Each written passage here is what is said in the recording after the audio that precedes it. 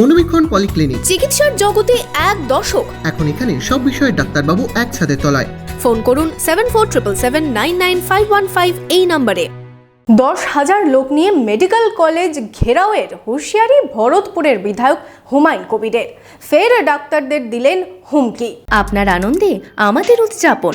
বিয়ে হোক বা পার্টি, বহরমপুরে এবার luxury banquet hall at golden retreat. জেলায় একমাত্র পিলারলেস ব্যাঙ্কোয়েট, আছে স্পা, সালন, ক্লাব মেম্বারশিপের সুযোগও। বহরমপুর শিল্প তালুকে গোল্ডেন রিট্রিট। ফের বিস্ফোরক ভরতপুরের বিধায়ক হুমায়ুন কবির। বহরমপুর থানায় হুমায়ুন কবিরের বিরুদ্ধে আইএমএ বহরমপুর শাখার তরফে হওয়া এফআইআর এর পাল্টা তোপ দাগলেন।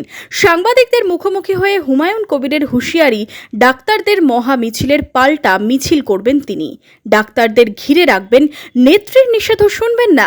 যত খুশি করুক, যত মহা মিছিল করবে, এরা যদি 1000 লোকের মিছিল করে, আমি তার পরের দিন 5000 লোকের মিছিল করবো, দিয়ে ওদেরকে ঘিরে ওখানে রেখে দেবো মেডিকেল কলেজ। হিম্মত থাকে তো আমার সাথে লড়বে, করুক। যেদিন করবে তার 2 দিনের মাথায় করবো। মেডিকেল কলেজ ঘেরাও করে রাখবো। আমার নেত্রী আমাকে নিষেধ করবে, কিন্তু তাও শুনবো না। আমার অধিকার খর্ব হলে আমি কোনো জায়গাতে আপোষ করবো না। এত বড় সাহস কোথা থেকে পাই? কার মদতে পাই? আমার এগেনস্টে এফআইআর করার হিম্মত কোথা থেকে পাই? করুক না মিছিল। 1000 লোক মিছিল করে। হুমায়ুন কবিরের মিছিল করার যখন দরকার হবে, এই জেলায় একটাই নেতা ছিল, অধীর চৌধুরী, মাস লিডার। বর্তমানে অধীর চৌধুরী লোকসভায় হেরেছে, আবার পিসিসির প্রেসিডেন্টও চলে গিয়ে এখন টালমাটাল আছে।